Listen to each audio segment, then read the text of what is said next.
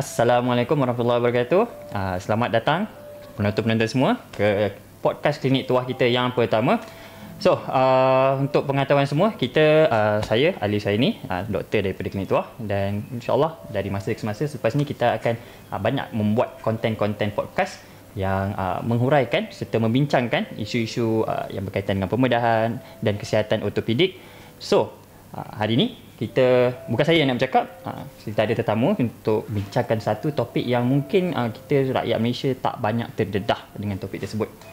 Tapi kat luar negara sebenarnya benda ni dah banyak dah orang menceritakan dan mempraktikkan di orang kata global scale lah.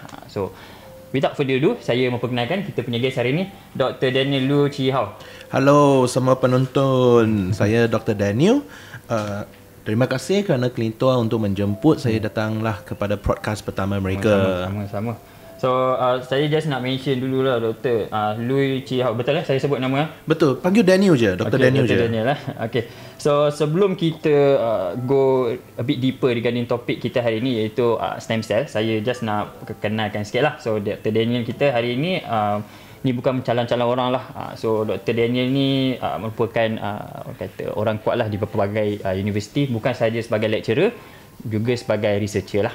So dia dah berpengalaman bukan orang kata 1-2 tahun, dah very orang kata lama dah, dan tak main local, international level punya. Okay. So kalau ikutkan memang Dr. dah lama berkhidmat dengan UKM, UM. Ada lagi juga baru je di appoint dalam Taylor University. Taylor juga. Ya, sebagai associate professor. Adalah kat international level tu. Adalah baru di appoint sebagai visiting professor kat Indonesia. Okay. So selalu travel back and forth lah. Ya, betul. Pasport tu dah penuh dah dengan job. Dah penuh lah. Tahu tak dapat PR lagi kan? Tak. Masih cinta Malaysia ni. Okay. So itulah, saya pun difahamkan dah banyak buat research paper kan, kiranya untuk all the study purposes. So adakah research paper tu previously atau still ada ongoing lagi masa ni? Kedua-dua ada. Kita ada penyelidikan yang masih bermula. Itu untuk mata, masalah mata. Ya, guna exosome untuk masalah mata. Tapi kita juga ada penyelidikan yang dah amat stable, dah banyak publish, yes, dan sedang mendapatkan pengiktirafan daripada KKM untuk menjadikan dia treatment itu dalam penggunaan exosome untuk orthopedic application, OA. Okay. So itulah, before kita go deeper on that one, mungkin yalah ramai penonton kita dia nak tahu juga dua question. Yang pertama, adakah apa itu stem cell, dan after that kita nak tahu jugalah why exosome stem cell specifically. Okay. So kita mula dengan apa stem cell. Sebenarnya saya suka bahasa Melayu kerana dari bahasa Melayu ni kita boleh nampak tau asal usul perkataan tu. So stem cell dalam bahasa Malaysia tu dia sel punca. Okay, so dari perkataan punca tu kita tahu sebenarnya badan kita banyak jenis sel. Kita yang asyik kita tengok, kita tahu ialah sel jantung lah, sel kulit, sel mata, sel rambut dan sebagainya kan. Sebenarnya sel-sel ni dia berbunca daripada sejenis sel. Nama dia stem cell. So stem cell sebenarnya punca sel-sel badan kita. Disebabkan itu kita percaya bahawa kalau kita boleh guna sel yang punca dia untuk sebagai satu rawatan, dia boleh banyak membantu pesakit-pesakit yang tengah mengalami untreatable disease atau penyakit yang tidak boleh dirawati pada masa sekarang. So from your experience lah, selain daripada orthopedic kita sebelum kita nak go on that side kan, ada establish treatment yang ikut pengalaman Dr. Daniel lah yang pernah kita boleh kongsikan sekali kan kat sini. Okay, kalau ikut skala dunia memang dah banyak dah. Ada orang guna stem cell untuk masalah jantung, paru-paru. Dan benda ni bukan kata satu-satu, maksudnya dia orang guna regularly lah. Yes, ada yang regularly, ada yang mungkin 2-3 kali treatment, dan banyak ada untuk penyakit contohnya autism, Alzheimer tu mungkin sekali injection. So itu dari skala dunia lah. Sedunia ni banyak researcher dah buat dah. So kalau untuk saya sendiri, memang minat saya sejak dulu 3 je. Satu orthopedic, Okay, that's why saya buat banyak research tentang sakit lutut dan sebagainya. Dua, mata. Masalah mata. So banyak orang pakai spek kan, I pun pakai spek sekarang. So kita. So tapi ada penyakit mata atau ophthalmology yang memang susah untuk rawat. Okay, contohnya glaukoma. Okay, contohnya kalau selepas pembedahan untuk orang yang lebih tua, berumur kan, susah untuk kornea dia untuk menyembur. Dan kalau dia tak tutup, tak sembuh kan, apa yang akan berlaku? Bacteria infection. So akan make the situation worse lah.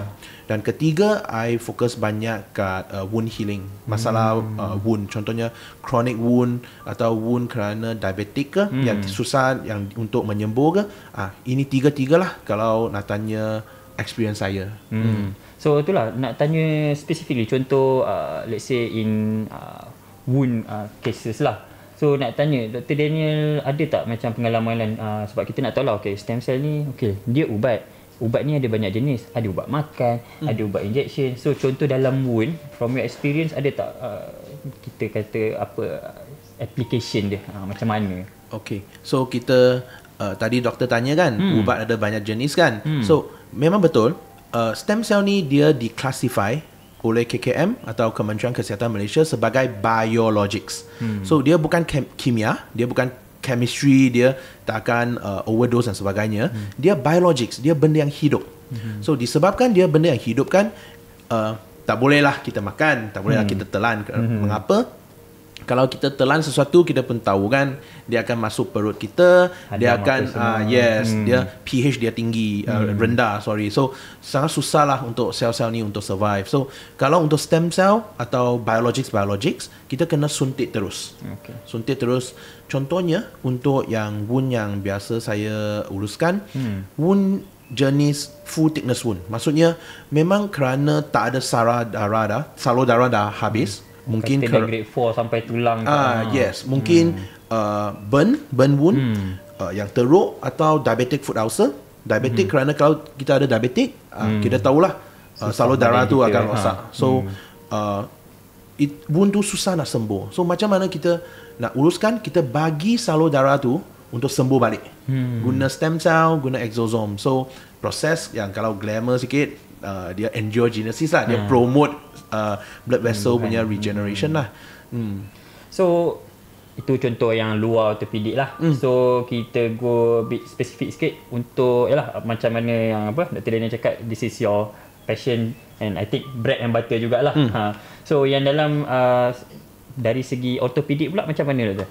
Terasa apa yang so far, satu contoh lah yang paling kata okay, this one is the best that I've seen. Ada tak yang boleh kita share sama-sama kat sini? Ada. Biasanya sakit kalau berkaitan dengan lutut sebenarnya banyak. Tapi untuk layman, untuk orang biasa kan, yang kita tahu lutut kita sakit. Tapi sebenarnya lutut kita sakit tu, dia boleh berbagai sebab. Yes. Dia boleh OA, dia boleh masalah tulang, masalah tendon, masalah ligamen dan sebagainya. So untuk I, biasanya yang I urus osteoarthritis. Maksudnya sakit kerana dia ada inflamasi or inflammation. Yes. So stem cell tadi saya dah ceritakan, dia boleh membantukan salur darah untuk menyembur. Itu sebenarnya the first characteristic atau kekuatan stem cell yang pertama. So yang kedua tu sebenarnya untuk kurangkan inflammation. So kalau secara senang, kalau orang tanya apa stem cell boleh buat? Satu, supaya kita punya salur darah boleh grow balik, atau sel boleh grow balik. Kedua, dia boleh control inflamasi. So untuk osteopadik, kebanyakan fungsi dia datang daripada dia control inflammation dia. So bila inflammation kurang, sakit pun kurang. Betul. Okay, alright. So itulah bila kata ni yang dari segi osteoarthritis, maksudnya tulang. Sebab biasanya bila macam tadi kita ada mention kata lutut ni dia ada banyak komponen kan. Tendon, ada meniscus. So ada tak macam pengalaman doktor untuk menceritakan sikit lah apa yang sebab ni maksudnya kita tak fokus untuk kadang bukan orang tua je sakit lutut kan. Betul. Orang muda kebanyakannya dia bukan lebih kepada osteoarthritis atau yang kata faktor penuaan lah. Kadang-kadang sebab overuse, sukan, accident. Betul. So yang dalam kes-kes macam ni pula macam mana tu? Okay, so saya cerita dua lah. Satu, orang ni famous sikit. Okay, dia dulu kita punya wakil badminton negara kita, doubles. Okay, orang Ingat cowok, bukan cowok ya? Bukan. So, sebenarnya kerana atlet ni, dia banyak tau. Dia banyak training, banyak guna lutut dia. Especially badminton kan. So, dia, walaupun dia dah bersara daripada national team, dia masih continue dia sebagai coach, sebagai main dalam tournament yang lain. Tapi setiap kali dia main, dia akan sakit. Kenapa? Kerana lutut dia mengalami sesuatu keadaan yang kita nama dia chronic inflammation. Maksudnya inflammation ni bukan tinggi sangat, bukan datang secara tiba-tiba. Dia datang sikit-sikit tapi lama-lama jadi bukit pula. Betul. So dia long time punya inflammation. Last kalau kita guna lutut secara banyak, dia akan sangat sakit. So setiap kali dia habis tournament kan, dia akan datang balik. Dia akan inject exosome ni untuk membaik pulihkan dan untuk control inflamasi dia. So maksudnya tak perlu tunggu dah teruk baru buat pun, it will help a lot. It will help. Tapi janganlah. Kalau boleh, prevention is better than cure lah. Tapi budak ni dia hard-headed sikit. Walaupun kita kata dia kena rehat, dia kena physio kan, dia tak dengar. Dia kata passion dia memang nak main je. So okay lah. What we can do is, kalau dia ada apa-apa kesakitan tu, dia datang balik dan kita cuba uruskan inflamasi tu. And so far, from apa orang kata, from dia punya experience, dia bukan buat sekali lah, apapun dah buat banyak kali. Banyak kali dah. And dia punya orang kata respon pun, it really works and helps lah. Jumping smash dia masih kuat tu. Okay lah. So apa, sebab benda ni kadang-kadang yalah, ramai orang dia a bit skeptical about this kind of treatment. Sebab satu, kita tak ramai orang guna kat Malaysia. Yang kedua, for research purpose pun saya rasa tak banyak yang untuk local punya papers. Ada, tapi mungkin yang champion dalam OA ni dua university je. So tak banyak. Satu satu UKM. So dia bukanlah contohnya kalau kita kata research yang biasa-biasa ni banyak orang buat kan. So kalau stem cell exosome ni kurang sikit. Boleh tahu kenapa, from your experience kan, kenapa people are not exploring that area? Sebab kita tengok tempat lain, negara lain, ada country semua dah buat in, orang kata tak ada ragu-ragu dah. Okay, jom we do one by one sebab dah banyak evidence. Okay, ini ada beberapa unsur lah. Satu, untuk buat research stem cell memang mahal. Dan kalau grant yang kita dapat daripada tak kira lah kementerian ke atau uni ke, dia biasanya terhad. So lecturer tu kena pandai-pandai untuk bajet lah. Kedua, research stem cell ni dia punya masa sangat lama. Dia tak macam chemical tau. Chemical punya eksperimen mungkin kita buat hari ni, esok kita measure dah nampak dah sel ni dah sembuh, sel ni dah bagus. Tapi untuk sel ni mungkin study tu 3 bulan, 4 bulan. So makan masa, makan duit. Research macam ni memang jarang lah orang kena sabar banyak nak buat. Ya, betul. So itulah, boleh tak share juga kan, antara ada tak apa-apa research personally from you lah, sebab Amang kan dah banyak-banyak buat research, more than 20 I think. Yes. So any of them yang mungkin kita boleh share dengan penonton kita, apa-apa result yang kalau research ni buat macam ni, keberkesanan dia macam ni. Sebab ramai orang dia akan cakap, betul ni buat stem cell, tu pun buat stem cell, kenapa ni jadi ni tak jadi? So thing yang kita kena. Banyak juga orang yang tanya lah, doktor, saya guna stem cell rose boleh tak? Saya guna stem cell dari cactus boleh tak? I pun macam okay. So untuk I, kerana I dah cakap kan, biasanya I untuk research I, saya fokus. Kalau bukan orthopedic, mata. Kalau bukan mata, wound. So I ceritakan yang orthopedic. Orthopedic project ni saya kerjasama dengan UM. Okay, sebenarnya kita dah guna exosome untuk merawat sakit lutut, osteoarthritis spesifiknya, untuk phase 1 and 2. Okay, yes. Dan result dia sangat bagus sampai UMMC sebenarnya dah approve dan menggunakan treatment ni untuk pesakit dia daripada sports klinik dia. I see. Yeah, so produk ni memang dah banyak orang guna. Masa kita buat clinical trials, tak silap kita dah buat 120 lebih orang. Okay. Ni spend berapa tahun untuk research ni? Dari mula, because research kita boleh tak boleh terus buat kat manusia tau. Betul. So sebelum kita buat dalam manusia, kita kena buat dalam sel dulu. Kita kena testing. Contohnya exosome ni ada tak toksik kepada sel-sel badan kita? Okay, tak ada. Kalau semua dah bagus, kita buat dalam haiwan. Haiwan ada pula haiwan kecil dan haiwan yang bukan rodent, maksudnya mammalian. So selepas semua tu, barulah universiti akan membenarkan kita untuk guna rawatan kita ni dalam manusia. So kalau tambah semua, we are talking about mungkin minimum 6 ke 7 tahun sebelum kita boleh guna dalam manusia. Bukan sebelum approve tu, sebelum boleh ke manusia kan? Yes. Itu pun clinical trials kat manusia pun at least 2 to 3 years. So memang makan masa yang sangat-sangat lama untuk satu produk. 10 tahun lah tu lah. So untuk tu so far kita dah menjadi official treatment kat UMMC guna exosome. Dan dua, rawatan ni tengah kita submit kepada NPRA KKM untuk menjadikan official treatment dalam seluruh Malaysia ni. Tapi proses submission tu kena satu tahun lebih. So lama lagi lah jalan saya. But you are on the right track lah kiranya kan. Ya, harap-harap sampai lah. So far tu lah nak tanya, kalau how about internationally, from your personal experience kan, ada tak any international paper yang for you, oh this is interesting if I can share dengan orang lain about the process and result kan? Ada ke? Ada, tapi belum sampai finding research, right? Maybe I can share something yang amat interesting tentang jiran kita, negara jiran kita, itu Singapura. Okay, banyak orang kita akan kata kan, Singapura tu attitude mereka sangat-sangat berhati-hati. They will not try something kalau mereka rasa ada sesuatu yang tak betul, kerana kita tahu kan Singaporean mereka pandai tulis surat. Okay, kita kena hati-hati jaga. So even at Singapore sekarang ni, mereka telah menggalakkan penggunaan mesenchymal stem cell, ialah itu stem cell yang kita bincang ni, okay, untuk membaiki kerosakan cartilage atau kesakitan lutut mereka. Dah approve.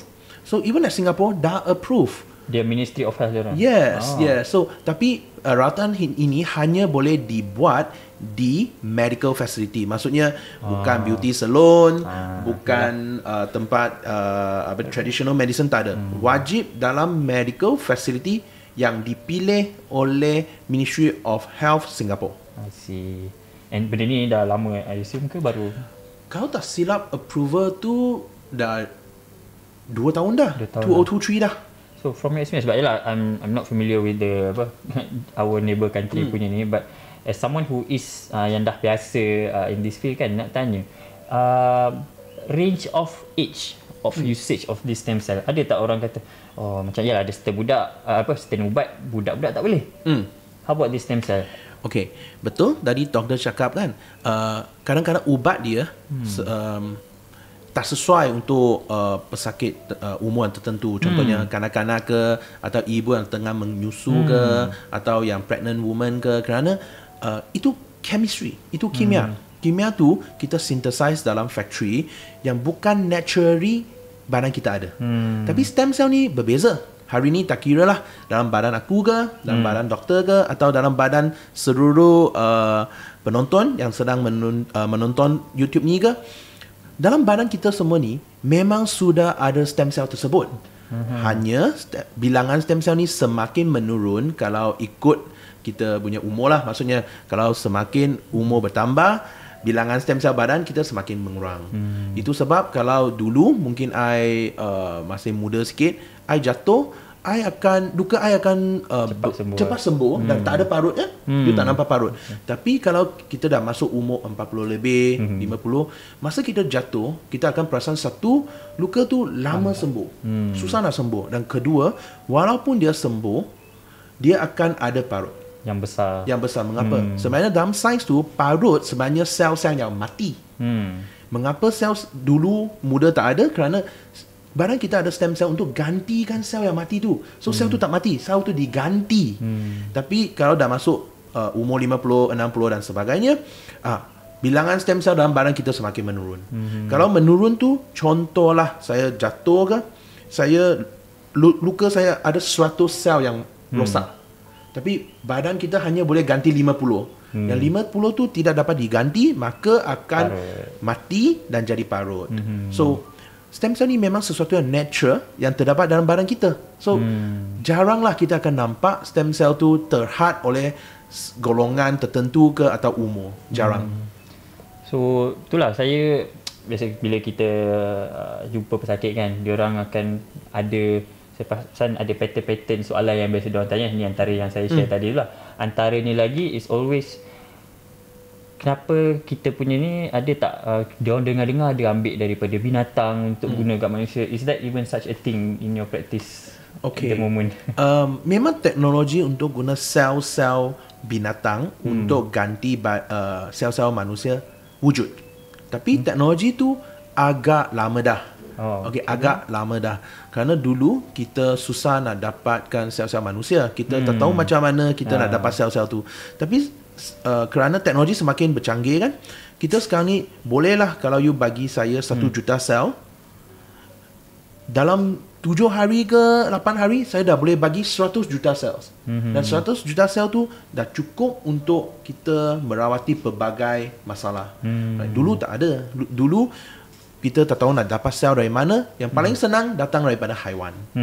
Tapi masalah tu kita nampak, tak kira lah kita guna sel-sel haiwan untuk membentukkan organ untuk transplant ke, atau kita suntik sel-sel haiwan ke, masalah dia satu, rejection dari badan kita.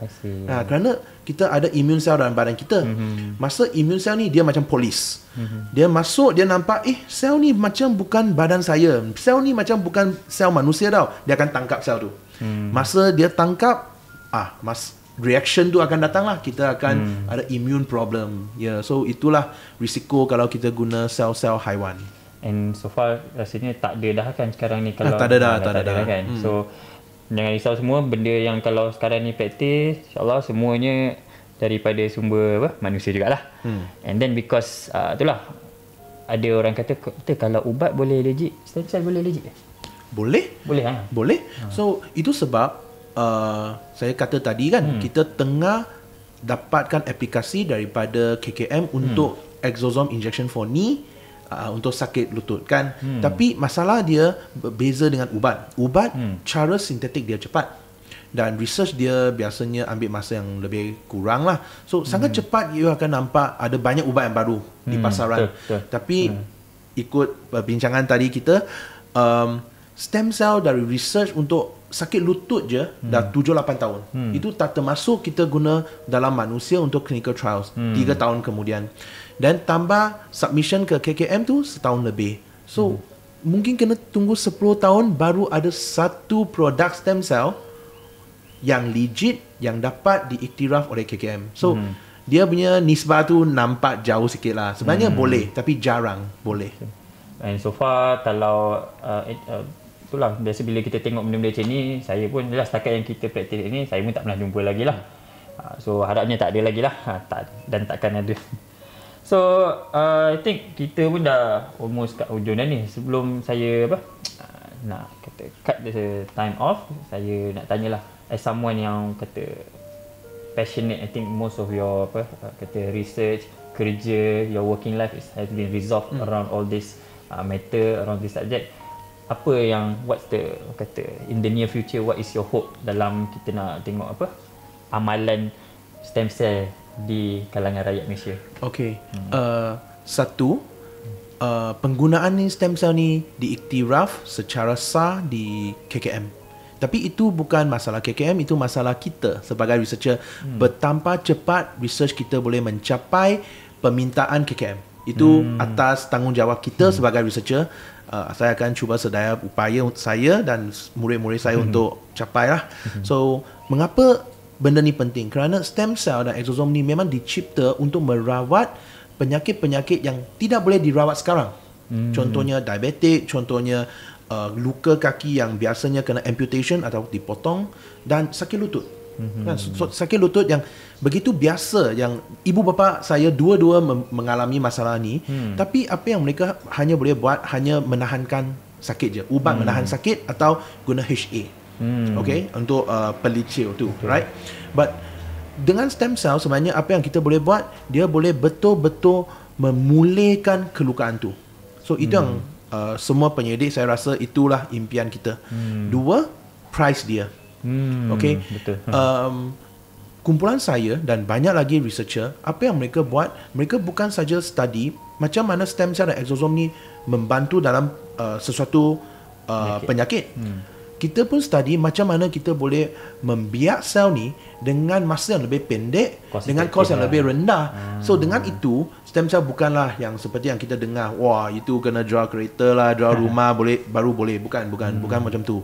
So itulah dua-dua yang harapan yang saya harap saya boleh mencapai lah dalam masa depan. So itulah, it's kata harapnya lah bila from your part, dari research part tu pun boleh settle, then a lot of doctors pun boleh slowly and then gradually gunakan produk stem cell ni, and then ultimately itulah, hopefully Malaysia pun jadi official macam Singapore lah Betul. Betul. So itulah, I think kita dah sampai ke penghujung rancangan kita. Ada apa-apa kata-kata akhir nak cakap ke dekat penonton Kok-Kok lah? Selama ni ada orang-orang pernah tanya banyak kan, tak sempat nak PM tepi, nak jawab soalan kan. Maybe you can use the platform untuk saya rasa platform Klinik Tua ni memang sangat bagus. So kalau untuk penonton-penonton kalian ada apa-apa masalah, boleh text je mereka. Dan kalau ada apa-apa soalan yang saya boleh bantu menjawab, saya akan membantulah sedaya upaya.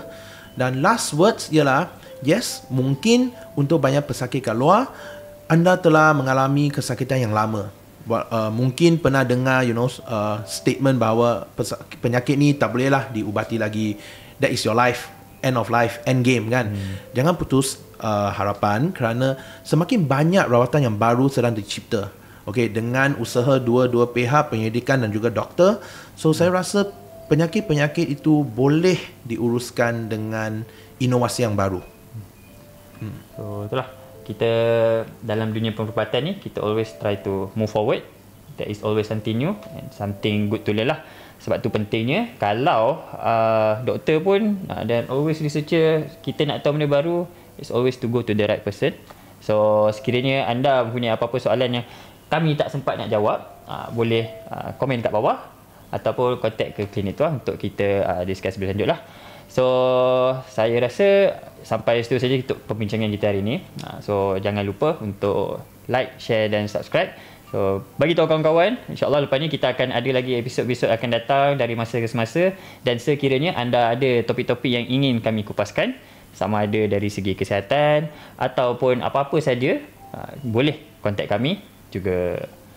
Dan saya ingin berterima kasih kepada Dr. Daniel kerana sudi menyumbangkan masa dan juga ilmu-ilmu bersama saya dan juga penonton-penonton kita di rumah. Dan saya harap selepas ini, sekiranya anda ada ragu-ragu, jangan takut untuk menanya ataupun memperluaskan anda punya ilmu tentang stem cell ni, sebab benda ni memang kat Malaysia ni tak banyak orang lebih mendalam tahu, tapi tak bermaksud kita tak tahu, kita boleh tahu. So banyak orang nak tahu, cuma tak tahu nak jumpa siapa. So sekarang dah tahu nak jumpa siapa, satu boleh jumpa doktor. Dan kalaulah ada apa-apa yang ingin anda tanya, bolehlah tanya je dekat ruang komen kat bawah, ataupun boleh tanya kepada klinik-klinik kami lah. So link semua akan ada kami sediakan. So kepada semua, terima kasih kerana sudi menyumbang masa untuk tengok kami dari awal sampai akhir. Dan insyaAllah lepas ni kita akan ada lagi sesi-sesi untuk episod-episod lain, dan untuk membincangkan apa-apa isu yang relevan dari masa ke semasa lah. So kalau anda pun ada apa-apa isu yang ingin kami ketengahkan, jangan lupa untuk jangan takut, jangan lupa untuk tulis je kat bawah, bagi tahu je kami, dan kita akan cuba bincangkan dari masa ke semasa lah. Dan kami amat menghargai lah semua support daripada anda semua. So sekian saja daripada kami. Sekian, Assalamualaikum.